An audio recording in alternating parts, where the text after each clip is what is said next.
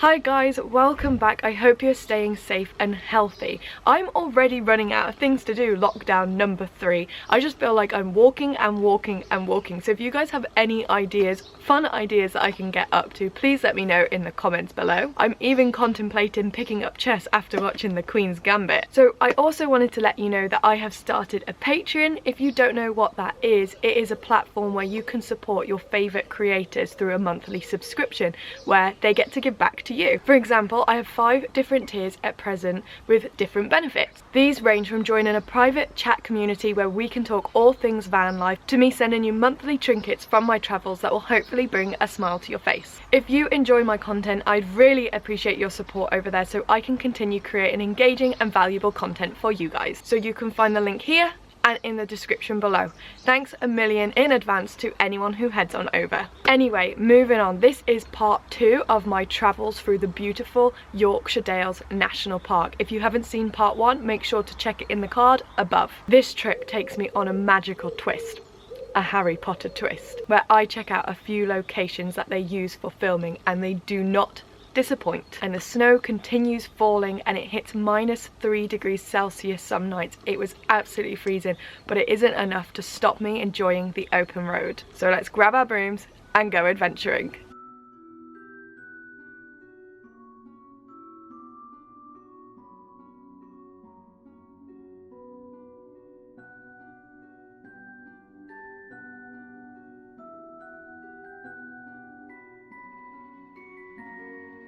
I've now driven about 3 minutes down the road from White Scar Cave to Riddlehead Viaduct. I'm really excited to see this one as my Scottish trip got cancelled, as you know, and I was really looking forward to seeing the Harry Potter Viaduct there. As it's Christmas, it's just perfect timing.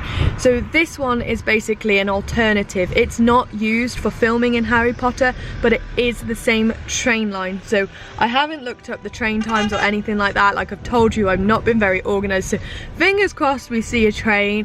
If not, it will just be nice to see the viaduct as it's beautiful architecture.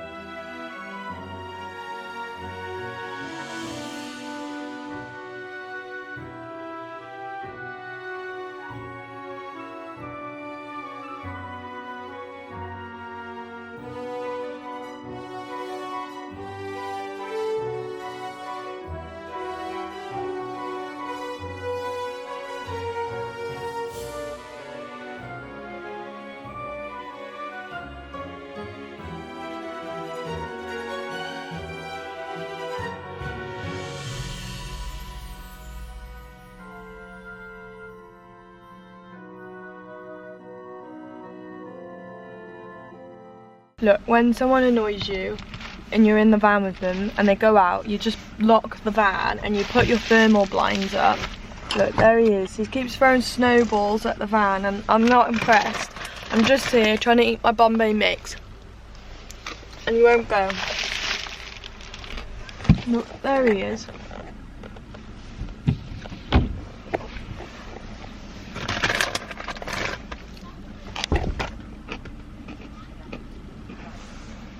Look, you just, another thermal blind, you just pop it up and block them out.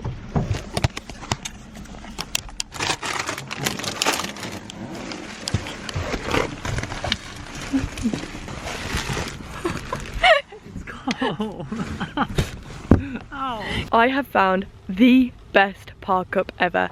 Look at this. 360 views of snow. It's absolutely perfect. You cannot beat this for a winter park up.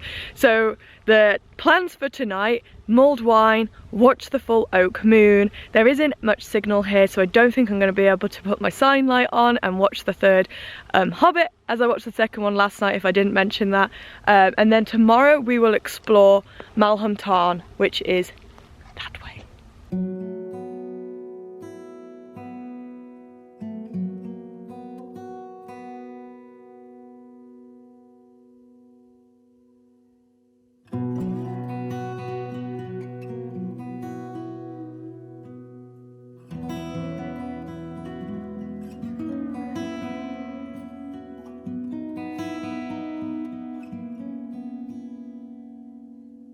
So tonight I'm cooking some vegan kebab stuff.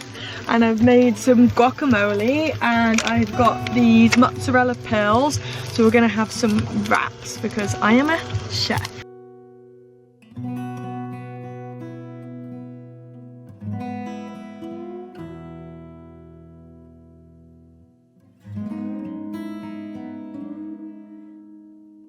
Good morning, guys. Last night was absolutely freezing. If I said the night before was the coldest night in the van, that is a lie. Last night was by far the coldest. When I woke up, the window was actually frozen over. It wouldn't open. Anyway, last night I just enjoyed the oak moon, the last full moon of the year, and had an early night as there's no signal here, so I couldn't get onto Netflix or get up to much. So yeah, it was just mulled wine, watching the moon, and then a good old nap. And to be fair, I got my hot water bottle out and it actually kept me warm until 7 in the morning. As you know, I don't sleep with the heater on. Last night, on top of just chilling and enjoying the mulled wine and the full moon, I'm actually a little bit ill, so it hasn't been the most fun in the van right now. I have the shits. So yesterday I ended up in the snow going for a shit, which was not nice. I was hoping I'd be able to just kind of wait till I get to supermarkets, which I do most of the time, but last night I couldn't hold it in. I had to go, which isn't nice considering my friend's here, but bless him, he has been very tolerant of my disgusting behaviours. So I do think he's had his fair share of van life and understanding the challenges. So far he's enjoying it, which is good. Obviously he has stayed in the van a few times before, but this is like our biggest trip together, so yeah, he gets to see what it's really like.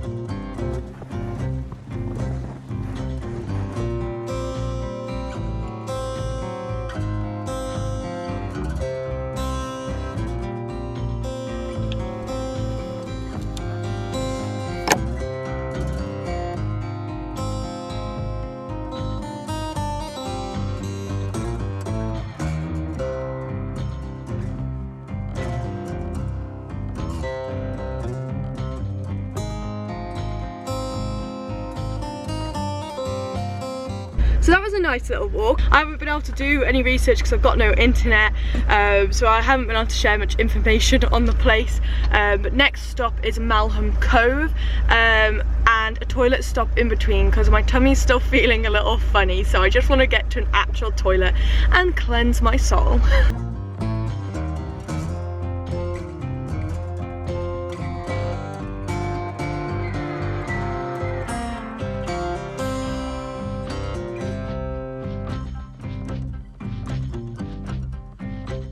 So I've just pulled up in MALHAM village. It's very quaint and cute.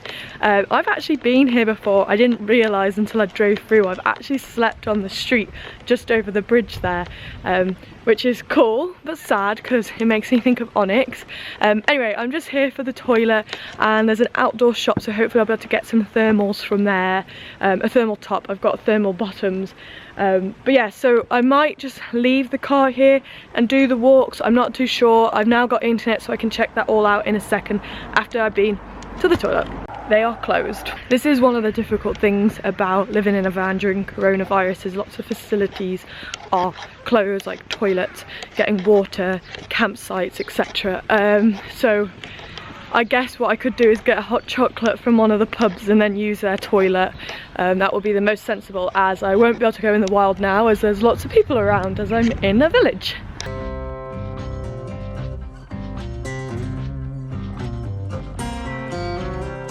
So I found a park up just down here right next to Janet's FOSS and Goredale Scar. A lot of people were parking in MALHAM village and doing a bigger walk from there, but I'm not really into that, so I've parked as close as I can and we'll check them out from there, as I've got quite a few stops in today that I want to fit in during the day so then I can relax in the evening. From what I recall, Janet's FOSS is a waterfall where Janet, the fairy, lives behind. So hopefully when we go down we'll get to see her.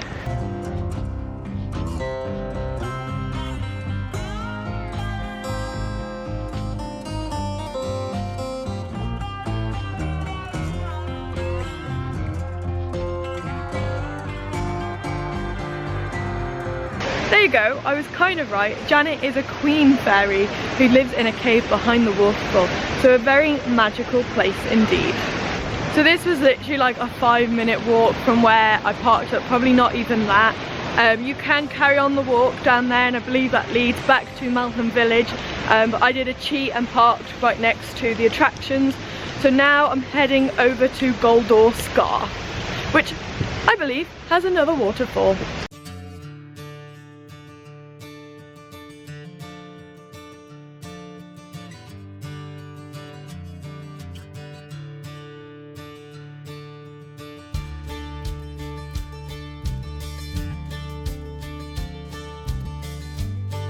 So that is Galdor or Galdor, I can never remember because I go to so many places. Scar complete, ticked off my list. The next place I wanted to go was MALHAM Cove, which is up here where Harry Potter and the Deathly Hallows was filmed. But it's very high up and I'm not feeling like walking really far today. It's so cold and I'm feeling a little under the weather. So I may leave that until tomorrow. And then next on my list is to find a campsite or somewhere I can shower and fill up water, etc. So let's head back to the van and figure out what I'm going to do next. And I've realised I've not shared with you any history on Galdor Scar, if I'm even saying it correctly. And the reason being is I'm not that good with geology and things like that. I'm purely here for the walks and the views. But from the signpost it says that there were 3 ice ages that have melted, which created the scar in the rocks. So that's as much as I can explain to you because I find it difficult to obtain that type of information. So yeah, there we go, Galdor Scar.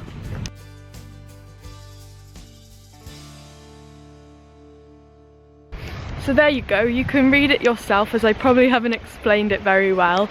But yeah, and also it's Gordale Scar. None of the others I've said, Gordale Scar.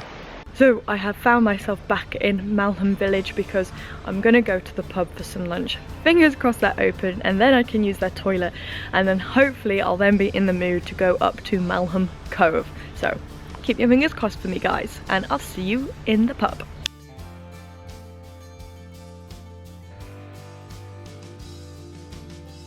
So that is lunch and toilet complete, so it's now time to head up the hill to MALHAM Cove.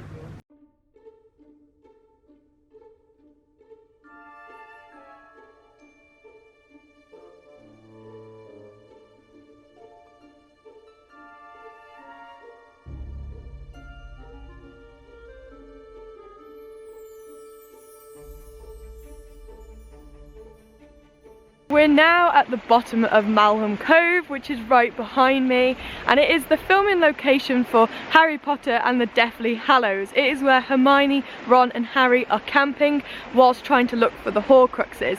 They actually camp right at the top, not at the bottom, so we're going to head on up.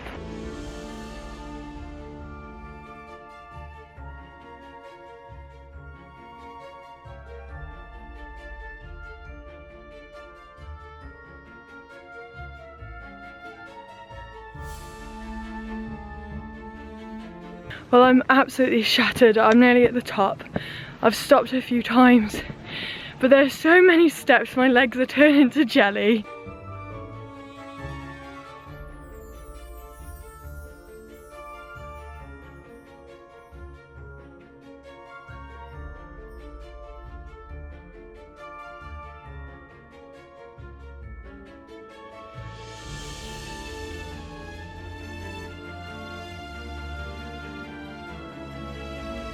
And back down we go.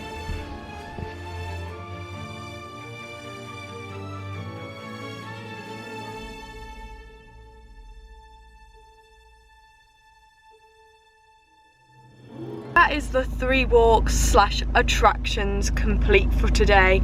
Now it's time to find a park up to spend the rest of the evening in.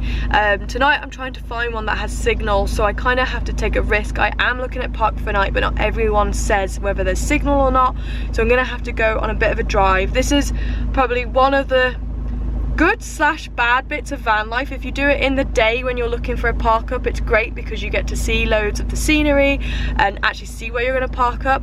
If you do it at night time, it's horrible because you can't see anything. So I'm going to crack on to find a park up now before the sun sets, and hopefully I'll find something just as beautiful as last night's. So I'm going to call that a wrap on today's vlog. I'm so sorry they end at random points. I'm still trying to learn how many things can fit into one vlog, but so far it hasn't been a set number of things, so I keep finishing it off on the camera at really random points. That doesn't work. So anyway, I hope you enjoyed the Harry Potter twist on today's vlog, and you know what to do, guys. If you enjoyed it, please give me a thumbs up, subscribe and turn on those notifications, and don't forget to check out my Patreon, and I will see you in part 3 next week.